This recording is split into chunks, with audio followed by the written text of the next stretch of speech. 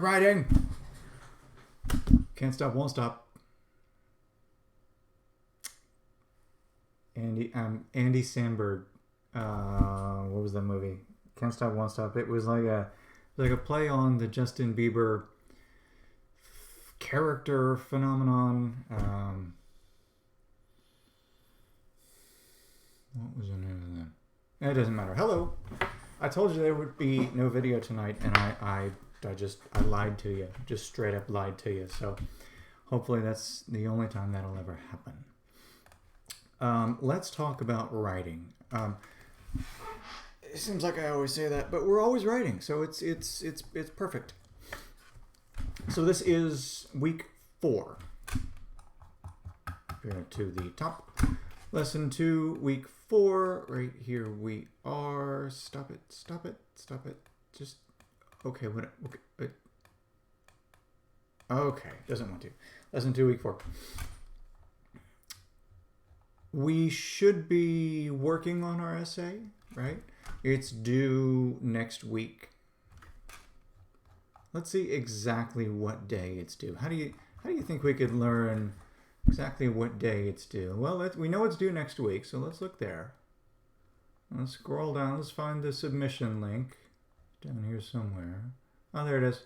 Essay final for grading. If we click on that, it tells us right here in the middle, 9/19. And 9/19 is next Saturday. Okay. So we should be getting along okay, right? Listen, I'm not saying that you have to have your paper finished. I'm not even saying it needs to be halfway done, but it needs to be percolating. It needs to be marinating up there. It needs to be rolling around in the rock tumbler. I can do this for days. It needs to be gestating. We're getting a little biological here. You need to have an idea of what you're going to do and maybe some attempts at beginning that. Because it's due next Saturday. Not this Saturday, next Saturday. Okay? All right. So what I wanted to do tonight, hopefully not take too much of your time, but I know I will. I want to talk about the 2 activities we have due this week. I want to talk about the assignment sheet for this essay, so we get an understanding of what it is, which I think we've done last time, but I'll do it again. I want to talk about this brainstorming activity. I might hold off on that one because I would much rather get to research. We did a live stream last week on Thursday. I did a live stream, and I had some students join me. I had maybe, I don't know, 5 or 6 or 7 from each of my 2 classes, right? So that was good. That was good. What we did, all I did was I went in and I began writing something. I began researching something just to show students where I might go to find good information. So because most of us weren't able to join last week, I thought I would do a video here, kind of just reiterating, regurgitating, it's a biological night, the same information. Okay, so let's start here. Let's start with the 2 activities that are due this week, because those are more important. Now, if we will notice, I have them both open here. We have a discussion question here, analyzing the informative text, and we have cooperative activity, integrating research into academic writing. And if you'll notice, both of these are due on 9/10, right? That is Thursday of this week. Let me check the responses. Yeah, the responses as well are due Sunday. They're due Sunday. So don't sleep on this. Real quick, let me tell you, a lot of students, well, not a lot of students, a number of students have reached out to me asking about zeros on discussion questions. And it's always the same thing. It's always, I have to respond and say, well, you didn't turn it in on time. And they'll say, yes, I did. I have no way of exactly figuring that out. And that's a Moodle problem. Moodle doesn't tell me exactly what time of day you submit these discussion quotes. It does for your major essays or for your other assignments, but these discussion quotes posts, it doesn't tell me what time of day. It only tells me how many days ago from when I'm looking at it, it happened. How many days ago it happened. So that causes problems that, listen, I said that you can't turn these things in late. And that's true. You really, really, really can't. It causes all sorts of problems. But if you do the work, I mean, if you have like 3-4 paragraphs worth of an answer and you turned it in at like 12:15 a.m., I'm going to let you slide on that. That's okay. That's okay. The problem is Moodle doesn't tell me that's what happened. So I guess the main way to avoid the situation going forward is to turn these things in way before they're due, right? This one's due on Thursday. If you could turn it in tomorrow, Wednesday, or if you've already turned it in, that would solve all of our problems. If that's not possible, then we're just going to have to work on it on a case-by-case basis, right? Anyway, I guess I come back around to pay attention to due dates and please get them in on time, preferably a little early if possible. This first one here. So what I asked you to do in an email a couple days ago was to choose one of the 6 text options that I posted last week for this. Not the same one. Choose a different one for this week. Again, it's an exercise in interpreting an essay, right? It talks about perspective of person, community, location, rhetorical styles, whether or not it includes in-text citations. I don't think any of those did. Central message theme. All right, so it's a very simple exercise. You just read the essay and then synthesize it, right? You wring out like a wet rag. You wring out the meaning from it and respond, right? We've done this before. It's no big deal. We're old hat. We're old hat at this. That's an old saying that means I'm really good at it. Got a lot of practice. Or old hat. The other one is integrating research into academic writing. This one's a bit different. We need to watch this video first and then follow these 4 requirements. We make a claim based on a belief of ours. We integrate. It should be with an E. Integrate with an E. Integrate. I didn't make this. I didn't make that. Integrate with an E. Your evidence. So we go and find some evidence that would support the statement that we made here, the claim. We put that in. So what this is basically a very condensed, small, compact version of Essay 2. I said in Essay 2 we're not making a statement, and that's true. You're not making an argument, you're not making a point. For this exercise, it's asking you to do that, but in the main essay you won't.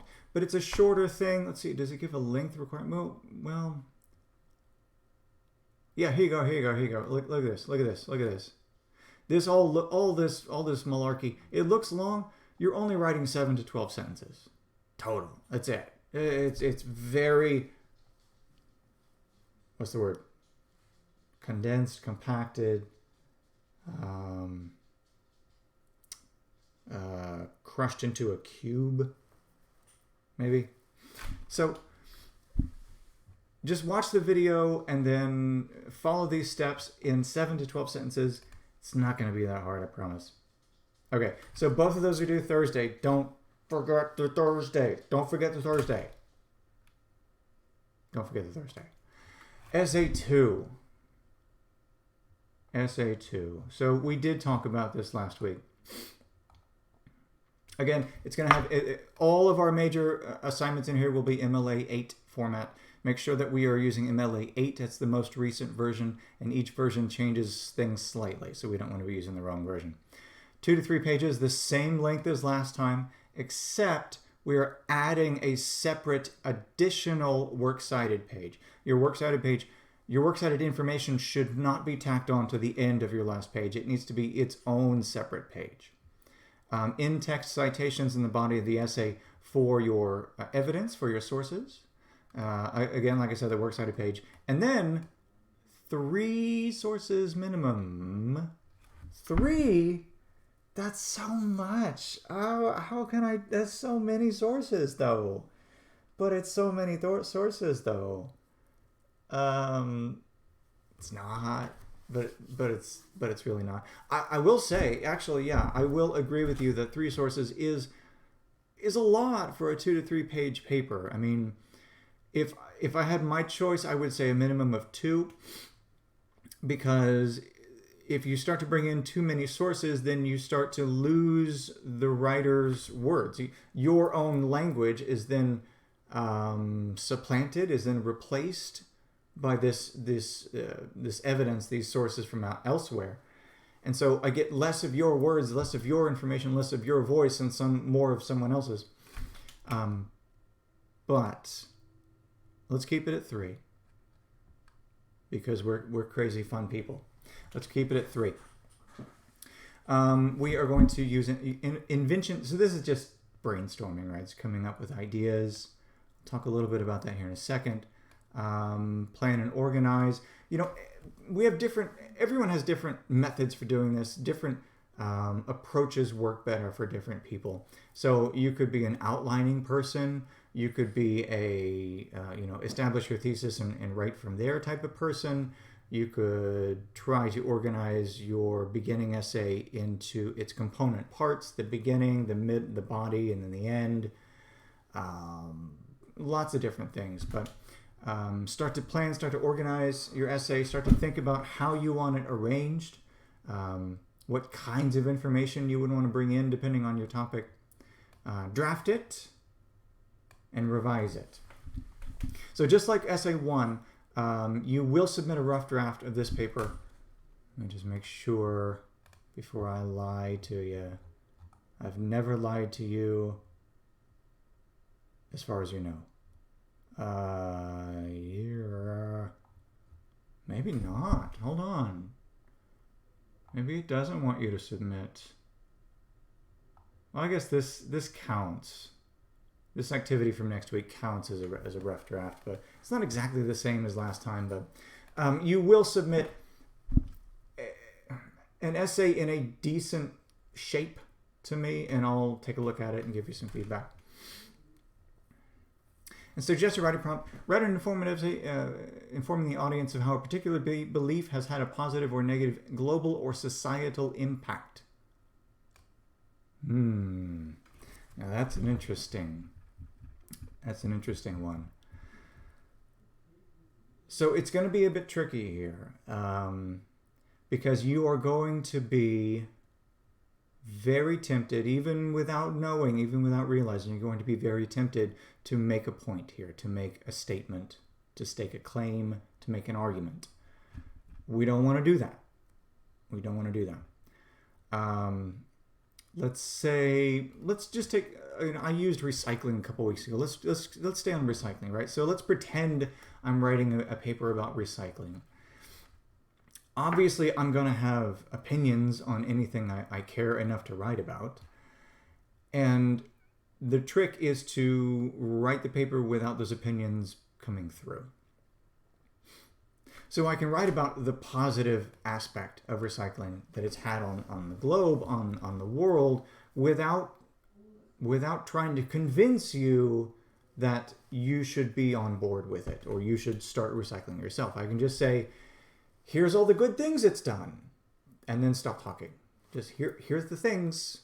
You can look through the things at your own leisure. All right? That's the tricky part of this essay. I think we'll be fine. Be fine. This paper is a little bit more point heavy than essay 1's 225, which is Of course it is. I'm again. This is not a math class. I'm a dumb math ignoramus person. It's 22.5% of your overall grade, right? So we know how important this essay is, and we're going to do a very good job on it. Okay, so let's say, how am I doing on time? I'm way over, I'm sure. 15? That's not too bad. Okay. So let's say I'm getting started. I'm going to write this paper. I'm going to do recycling. I'm going to talk about the positive benefits the world has of recycling. So where would I go to find good sources? I could go to the library. I could go to Google. I could go to the recycling museum.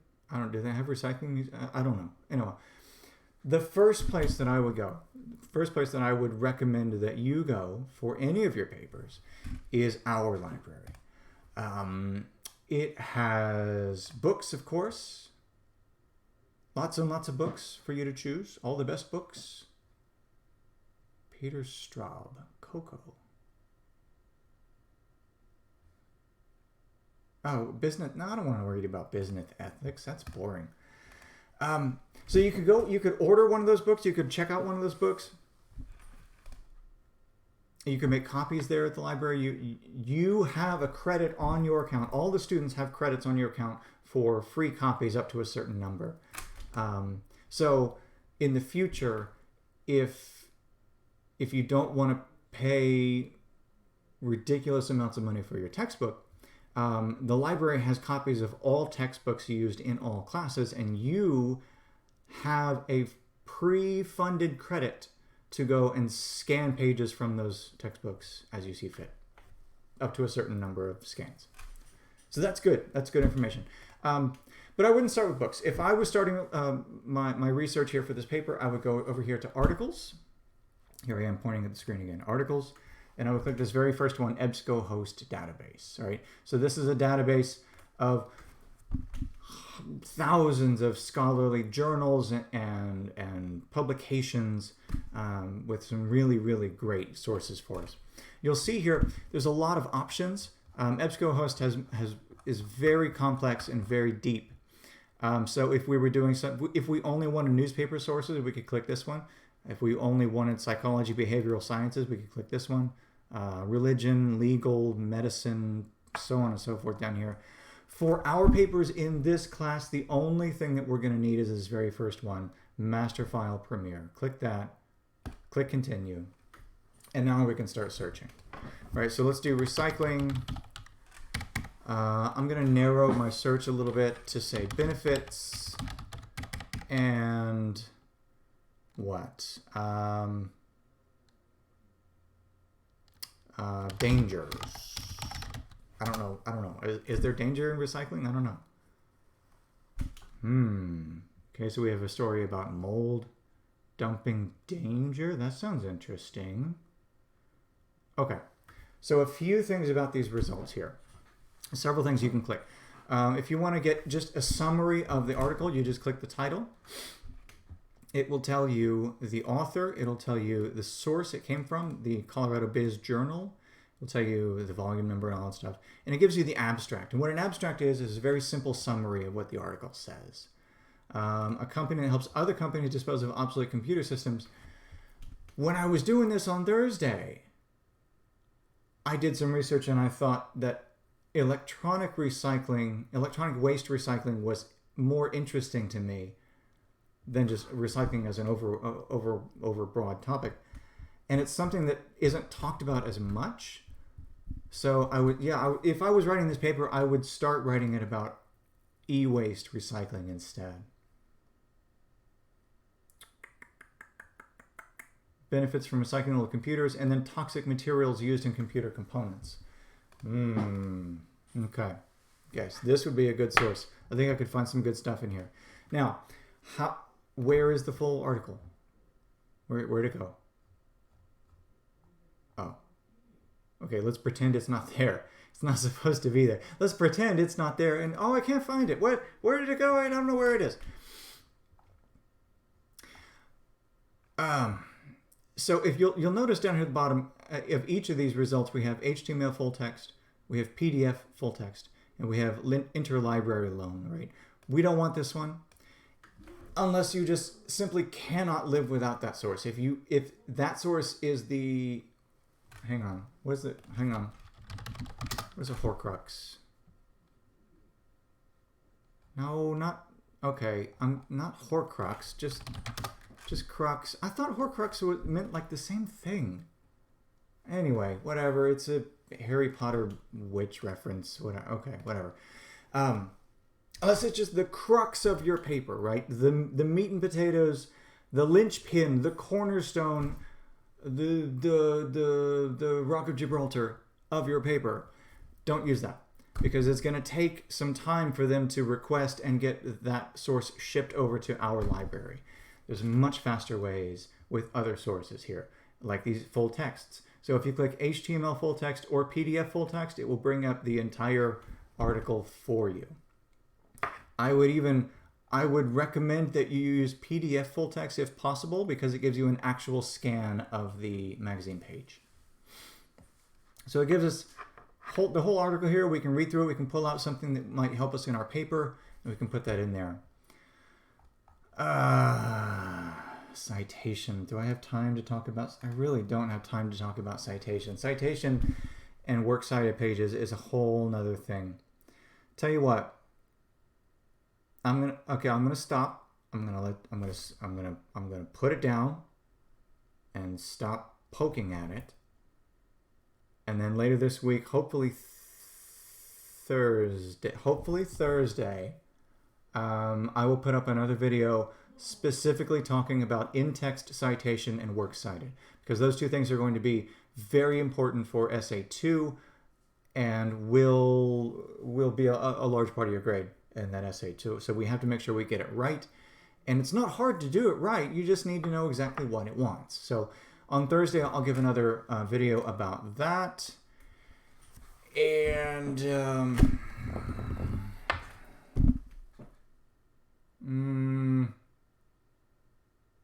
don't know. There was something else I was going to say. I don't know what it is. Okay. But anyway, just get out of here. It's late. Go to bed. And I'll see you next time. Goodbye.